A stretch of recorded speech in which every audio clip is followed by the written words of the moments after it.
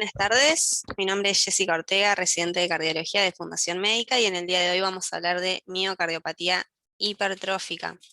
Para comenzar, vamos a hablar de la definición. La definición es un conjunto de enfermedades que tienen en común el engrosamiento anormal del miocardio del ventrículo izquierdo y raramente del ventrículo derecho. Un poco de epidemiología: es la cardiopatía congénita más frecuente, principal causa de muerte súbita en jóvenes, y su prevalencia es de 1 cada 500 pacientes. La etiología: hasta en un 60% de los casos es causada por mutaciones en genes que van a codificar proteínas del sarcómero. Un 5 a un 10% va a estar originada por otras cardiopatías familiares poco frecuentes, ¿sí? Ya sean anomalías cromosómicas, enfermedades neuromusculares, metabólicas, síndromes genéticos, entre otras. Y en un 30 a 40% de los casos no es posible identificar una mutación causal, lo cual no descarta el diagnóstico ni la base genética y heredable de dicha enfermedad. Fisiopatología tiene varios pilares. Vamos a hacer hincapié primero en la disfunción diastólica. La disfunción diastólica es consecuencia fisiopatológica de la miocardiopatía hipertrófica. Resulta de la alteración de la heterogeneidad de la relajación ventricular, del enlentecimiento en la distorsión del ventrículo izquierdo, de las alteraciones en la recaptación de calcio intracelular y condiciones de carga durante la eyección por obstrucción intraventricular. La fibrosis, junto con la hipertrofia, contribuye a incrementar la rigidez del miocardio ventricular. Otro pilar importante: obstrucción al tracto de salida del ventrículo izquierdo. Tenemos dos formas de esta. Una es la subaórtica, es la más frecuente, la cual se genera por el movimiento anterior sistólico de las válvulas de la válvula mitral. Habitualmente son más largas que lo normal, ¿sí? El aparato cordal también puede estar alterado, o bien ambos, que por su redundancia, curvatura y arrastre generan un efecto Venturi, y eso provoca que se apoye durante un intervalo variable de las sístoles sobre el septum interventricular. A su vez también genera regurgitación mitral. La segunda forma reconoce su origen en una inserción anómala del músculo papilar anterior o en una hipertrofia excesiva medioventricular o de los músculos papilares con alineamiento patológico. Un tercio de los pacientes con miocardiopatía hipertrófica presentan insuficiencia mitral. Isquemia miocárdica, otro pilar importante, presente en un 60-80% de estos pacientes. ¿Cuáles son los mecanismos? Múltiples, desde anormalidades de las arteriolas coronarias intramurales, con alteraciones de su reserva vasodilatadora, hasta la presencia de puentes miocárdicos en un 30%. Estas alteraciones fisiopatológicas determinan que un 33 a un 50% desarrollen isquemia subendocárdica durante una prueba de ejercicio, en ausencia de enfermedad arterial coronaria con estenosis significativa por aterosclerosis.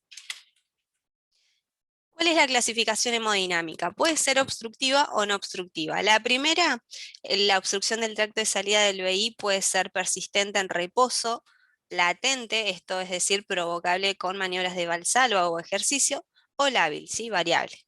La no obstructiva: la obstrucción no está en reposo ni es provocada por maniobras de Valsalva o en ejercicio. ¿Cuál es el curso clínico de la enfermedad? La expectativa de vida no difiere de la población general, ¿sí? La mortalidad es del 1% al año.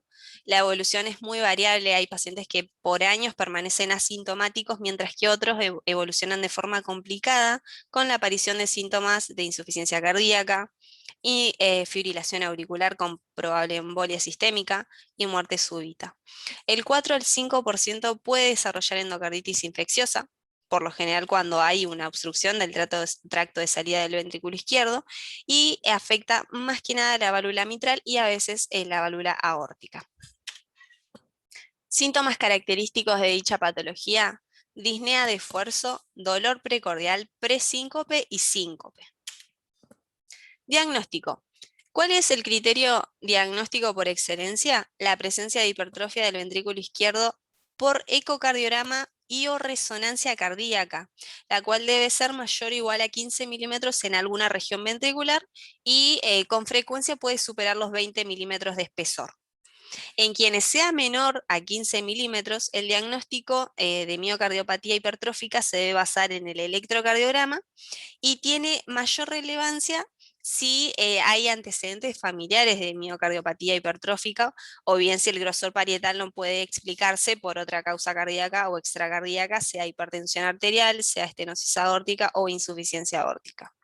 Otro hallazgo asociado en ecocardiograma o resonancia es la hipertrofia septal asimétrica, que se define como la relación septum, pared posterior mayor o igual a 13 milímetros. Acá lo que les adjunto es un video en el cual tenemos la aurícula izquierda, la valva anterior de la válvula mitral y vamos a ver cómo en cada latido va generando un apoyo sobre el septum interventricular y, como vemos ahí, tracto de salida del ventrículo izquierdo. Y vamos a ver acá la valva anterior de la valva mitral chocando contra el tracto de salida y generando una obstrucción que la vamos a ver ahora mejor.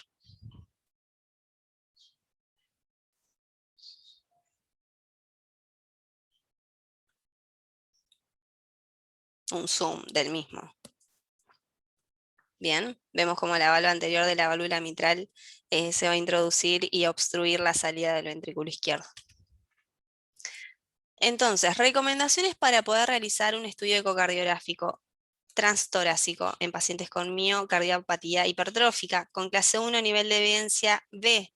Confirmar la sospecha inicial de dicha patología, determinando el grosor parietal, la magnitud, la extensión del compromiso y la presencia, localización y severidad del gradiente dinámico.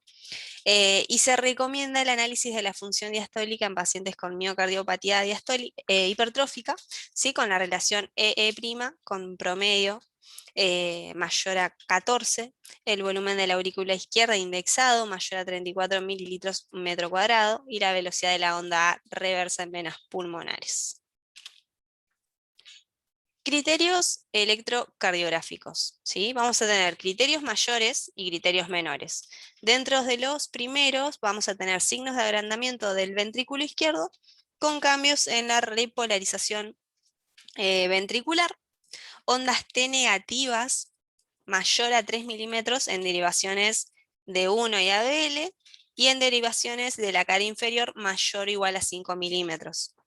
También podemos observar ondas QA normales, esto es, con una duración mayor a 40 milisegundos o una amplitud mayor del 25% del voltaje de la onda R, aunque sean dos derivaciones. Criterios menores, bloqueo completo de rama o alteraciones de la conducción intraventricular, alteraciones leves de la repolarización ventricular en derivaciones precordiales izquierdas y onda S profunda en B2, ¿sí? Esto es mayor a 25 milímetros. Acá tenemos un ejemplo claro de un electrocardiograma de un paciente con miocardiopatía hipertrófica. Otro de los criterios que podemos utilizar es el índice de Sokolov, la onda Q normal, alteraciones del STT o una combinación de la misma, que va variando tanto su sensibilidad como especificidad. Acá tenemos un resumen, lo que podemos encontrar en la onda P, ¿sí? Agrandamiento auricular izquierdo, lo vamos a ver en B1, una porción negativa de la onda P, mayor o igual a 0,1 milivolt con una duración mayor o igual a 0,04 segundos. Puede haber agrandamiento auricular derecho y eso lo vamos a ver en la amplitud de la onda P en D2, D3 o B1, que va a ser mayor o igual a 0,25 milivolts. Después vamos a ver el complejo QRS. Vamos a ver que el eje va a estar desviado hacia la derecha, más de 120 grados, o bien hacia la izquierda, menos 30, menos 90 grados. Incremento del voltaje, ¿sí? De la onda R en el plano frontal, de la onda S en B1 o B2, R o R' en B1 mayor a 0,5 milivolts, la relación RS mayor a 1. La onda Q vista en todas las derivaciones, excepto en ABR, con una duración mayor o igual a 0,04 segundos, una relación QR mayor o igual a 25%, la amplitud mayor o igual a 3 milímetros en dos derivaciones contiguas, patrón QS en dos o más derivaciones, ausencia de la onda Q normal. Duración del complejo QRS, bloqueos de rama derecha o izquierda con una duración mayor o igual a 0,12 segundos. A nivel de la repolarización ventricular, que vamos a ver en el segmento ST, supra-ST o infra-ST en 2 o más derivaciones contiguas. La onda T, que puede estar plano o invertida incluso en más de 2 derivaciones, excepto en niños, con una amplitud mayor a 10 milímetros. Y el intervalo QT con una duración mayor a 0,44 segundos en hombres o mayor a 0,45 segundos en las mujeres. Alteraciones del ritmo y de la conducción. Extrasístoles ventriculares prematuras o arritmias ventriculares complejas. Taquicardias supraventriculares, aleteo y o fibrilación auricular. Intervalo PRI corto con onda delta o sin ella. Bradicardia sinusal en reposo. Bloqueo AB de segundo y de tercer grado. La resonancia cardíaca también es otro de los exámenes complementarios que nos puede ayudar a obtener información en cuanto a la morfología cardíaca, la función ventricular y poder caracterizar mucho mejor a esta hipertrofia. La resonancia es superior al ecocardiograma para identificar la magnitud de la hipertrofia en sectores de la pared anterolateral, del septum posterior, del ápex y del ventrículo derecho. Y en el diagnóstico de aneurismas y trombos. Los aneurismas apicales se asocian con hipertrofias medioventriculares y apicales del ventrículo izquierdo. La región apical queda dilatada, se desarrolla un aneurisma y debido a la presión cavitaria apical generada en sístole por la obstrucción media, lo cual también puede favorecer a la aparición de arritmias. Mediante la secuencia de captación tardía de Gadolinio se ha demostrado que los aneurismas apicales están formados principalmente por tejido fibroso. ¿Y qué pasa cuando estamos en presencia de un aneurisma apical? Aumenta el riesgo de muerte súbita y ACV. Diagnósticos diferenciales, ¿sí? Podemos tener una hipertrofia secundaria a hipertensión arterial, a estenosis aórtica, a miocardiopatía hipertrófica, amiloidosis o enfermedad de Fabry. ¿Cuál es la diferencia? La diferencia está principalmente en la hipertrofia en esta patología es localizada. ¿Sí? La distribución de gadolinium va a ser en segmentos hipertróficos y el patrón de la fibrosis es multifocal. Bien, a diferencia del resto. Recomendaciones para hacer una resonancia cardíaca con clase 1 nivel de evidencia C. Se recomienda que los estudios de resonancia sean realizados e interpretados principalmente por profesionales experimentados. ¿Y a qué pacientes? A pacientes con sospecha de miocardiopatía hipertrófica que no tienen una buena ventana para realizar un eco transtorácico y confirmar el diagnóstico. Esto tiene clase 1, nivel de evidencia B. Otro de los exámenes complementarios es la tomografía cardíaca, ¿sí? La angiografía por tomografía computarizada cardíaca tiene alta sensibilidad para la presencia de enfermedad arterial coronaria y se ha convertido en un examen no invasivo muy útil para la evaluación de síntomas potencialmente de origen isquémico, en particular en aquellos pacientes jóvenes.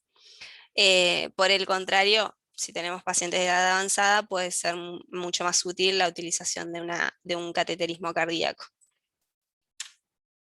Entonces, recomendaciones para realizar un ATAC en la miocardiopatía hipertrófica con clase 2A nivel de evidencia C, considerar la ATAC en pacientes que tienen imágenes subóptimas en el eco o bien tengan contraindicado realizar una resonancia cardíaca.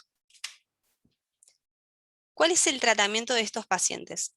La mayoría de los pacientes, en realidad no, la mayoría de los pacientes, un grupo de estos pacientes se van a comportar de manera asintomática por muchos años y la verdad es que no hay ningún estudio que pueda demostrar que los beta bloqueantes o los bloqueantes cálcicos puedan ser de utilidad en la evolución de la enfermedad de estos pacientes.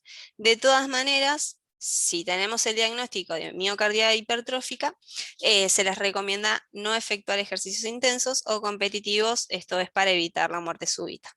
Y en pacientes con obstrucción del tracto de salida del BI significativa en reposo provocada en niños o adultos, se pueden utilizar beta bloqueantes o bloqueantes cálcicos y la idea es justamente reducir las presiones del ventrículo izquierdo y disminuir los episodios de isquemia mediante el control de la frecuencia cardíaca. Después tenemos el grupo de los pacientes sintomáticos. ¿Qué vamos a hacer acá? Vamos a enfatizar el control de los factores de riesgo: hipertensión, dislipemia, tabaquismo, diabetes y obesidad, ¿sí? Ya que la cardiopatía isquémica tiene un impacto negativo importante sobre esta enfermedad. La idea es aliviar los síntomas de insuficiencia cardíaca y prevenir la muerte súbita. El paciente que tenga obstrucción del tracto de salida debe estar bien hidratado, ¿sí? Ya que la deshidratación aumenta el gradiente de la obstrucción. Asimismo, este puede aumentar con la utilización de vasodilatadores arteriales o venosos, razón por la cual deberían evitarse. Así que a tener cuidado con los nitritos y el sildenafil.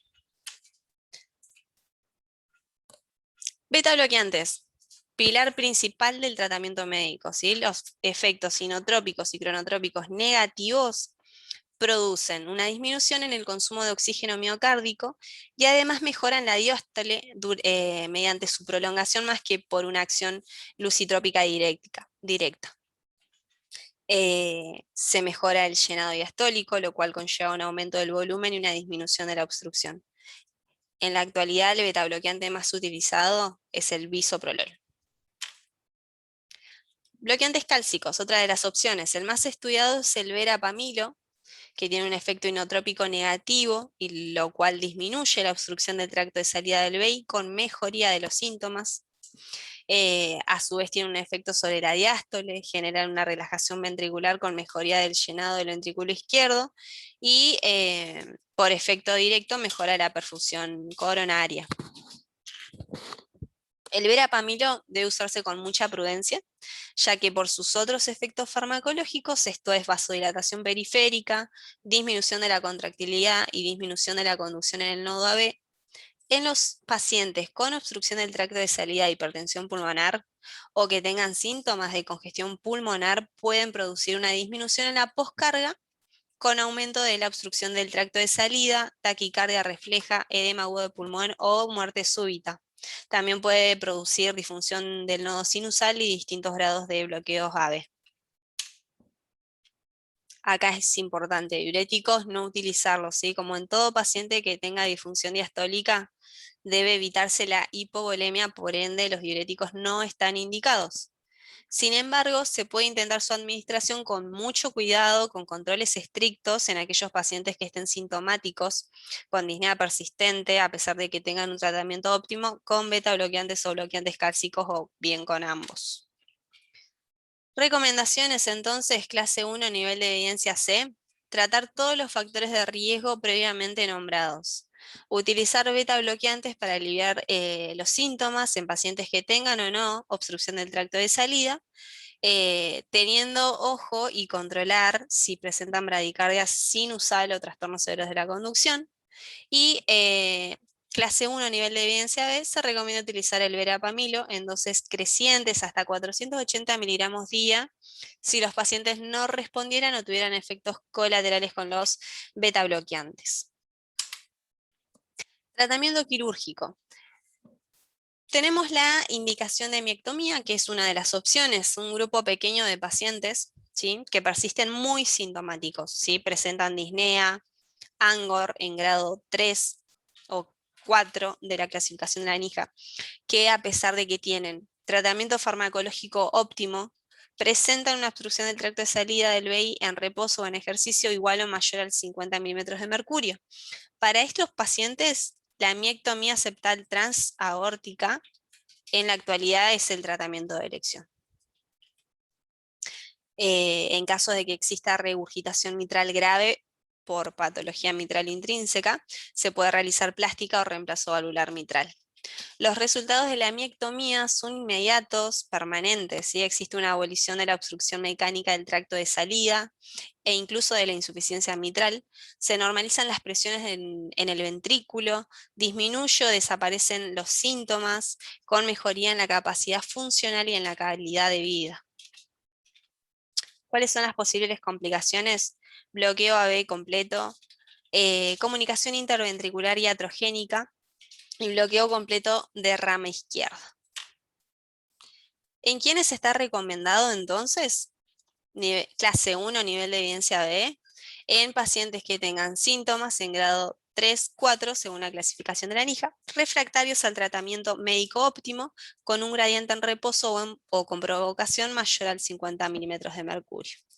Y con clase 1, nivel de evidencia C, está recomendado en pacientes con indicación de tratamiento invasivo por miocardiopatía hipertrófica que presentan otras lesiones o patologías que requieran tratamiento quirúrgico. Manejos de las complicaciones. Puede aparecer fibrilación auricular, puede aparecer, de hecho es la arritmia más frecuente que se desarrolla en estos pacientes. La prevalencia es muy variable, desde un 7% a un 43% según la población que se incorpore y el tiempo de seguimiento para realizar un estudio. Esta arritmia por lo general no es bien tolerada en la forma aguda, requiere un tratamiento temprano. Hay formas paroxísticas o permanentes que conllevan a riesgos cardioembólicos y de insuficiencia cardíaca, lo cual tiene gran impacto en la morbimortalidad. ¿Cuáles son los predictores de desarrollo de fibrilación auricular? Si la aurícula tiene un diámetro mayor a 45 milímetros o 28 centímetros cuadrados de área, es el mejor predictor de fibrilación auricular.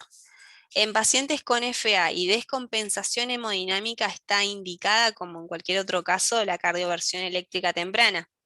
Ahora, si el paciente no está descompensado, estamos frente a un primer episodio de FA dentro de las 48 horas, podemos hacer reversión con cardioversión farmacológica, y si no hay efecto, podemos realizar una cardioversión eléctrica.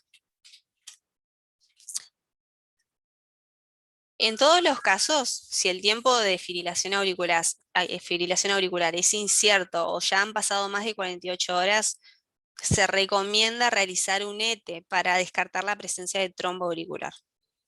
Por otro lado, tenemos control de ritmo versus control de frecuencia cardíaca.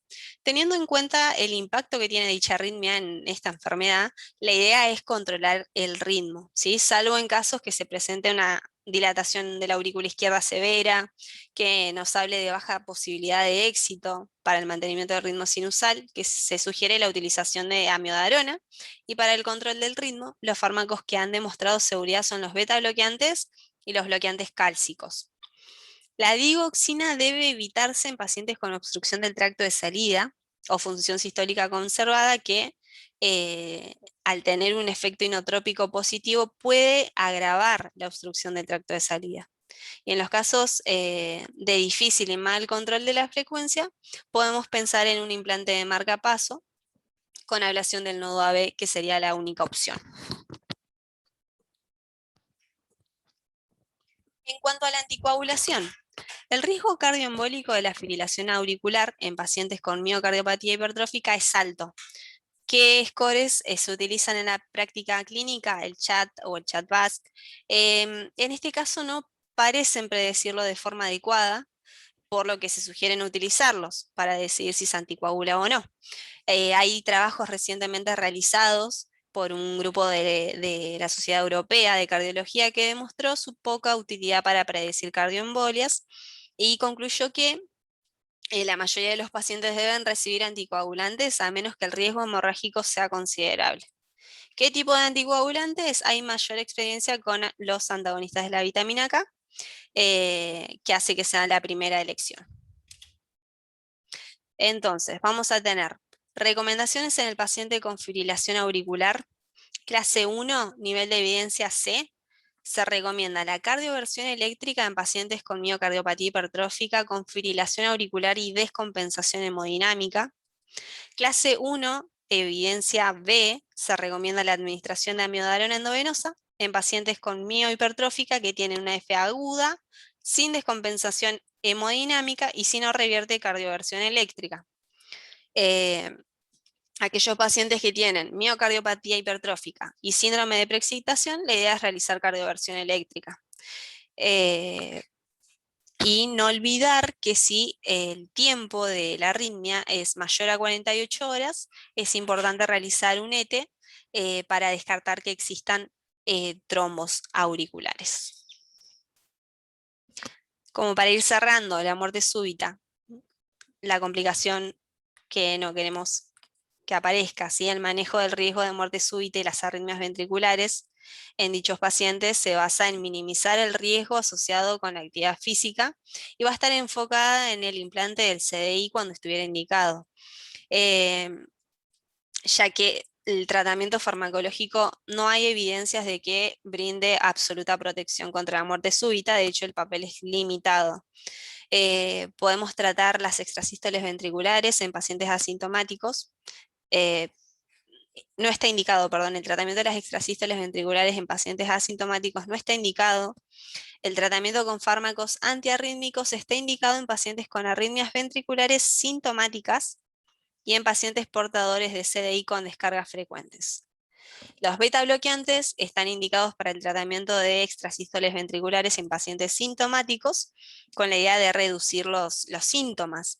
Y en los pacientes con taquicardia ventricular no sostenida se puede considerar la utilización de beta bloqueantes, y como alternativas tenemos la amiodarona y el sotalol. Prevención secundaria: los pacientes con miocardiopatía hipertrófica que hayan sobrevivido a un paro cardíaco secundario a taquicardia ventricular o fibrilación ventricular es el grupo de más alto riesgo de recurrencia de este episodio.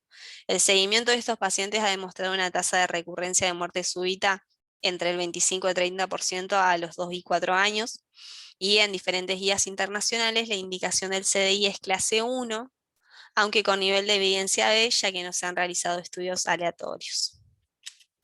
Y como prevención primaria, sí hay distintas guías de la Sociedad Europea, de la AJA, que proponen considerar al menos 5 predictores de riesgos principales evaluados en forma no invasiva y aceptados como tales sobre la base de estudios de corte retrospectivo y observacionales. 1, el antecedente de muerte súbita en familiares de primer grado. 2, el síncope de causa desconocida. 3, la presencia de taquicardia ventricular no sostenida en el Holter. 4, la evidencia de hipertrofia ventricular extrema, sobre todo cuando existe un espesor mayor o igual a 30 milímetros, y una respuesta anormal de la presión arterial con el esfuerzo en pacientes jóvenes.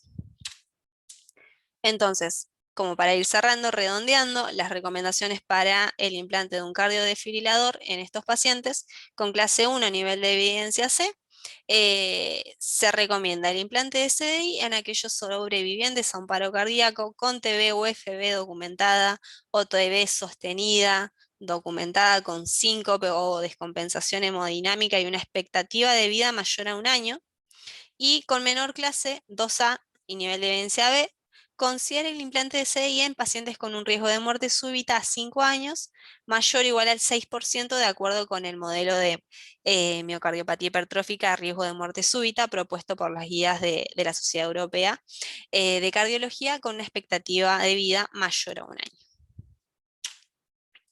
año. Acá tenemos un breve resumen, ¿sí?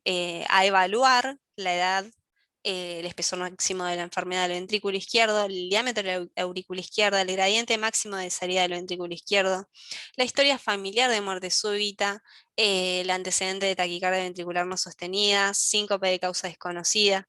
Ahí lo vamos a clasificar en riesgo bajo, intermedio o alto, ¿sí? Cuando tenemos un riesgo de intermedio o alto, puede y se debe considerar CDI respectivamente. Ahora, si el paciente ya tuvo un paro cardíaco con TB o FB documentada, con TB sostenida, con síncope o compromiso hemodinámico, ahí no se duda y se recomienda el CDI. Trasplante cardíaco es otra de las opciones. ¿Qué pasa? En un bajo porcentaje de pacientes con miocardiopatía hipertrófica, es la única alternativa terapéutica para poder recuperar una calidad de vida aceptable. ¿Quiénes son los pacientes candidatos a trasplante cardíaco? Pacientes con disfunción sistólica que no logran mejorar con un tratamiento farmacológico óptimo u otras alternativas terapéuticas. Estos pacientes evolucionan con una clínica que se deteriora rápidamente, muerte por insuficiencia cardíaca o muerte súbita, y por lo tanto tienen que ser incluidos en la evaluación para un trasplante cardíaco. ¿sí? Vamos a ir cerrando con recomendación de trasplante cardíaco, con clase 2A, nivel de evidencia B, en los pacientes con miocardiopatía hipertrófica no obstructiva que evolucionan con disfunción sistólica, se debe considerar el trasplante cardíaco si persiste con síntomas a pesar de tener un tratamiento óptimo, y en pacientes con miocardiopatía hipertrófica no obstructiva que evolucionan con disfunción sistólica, considerar el trasplante si presentan arritmias ventriculares intratables que generan descompensación hemodinámica.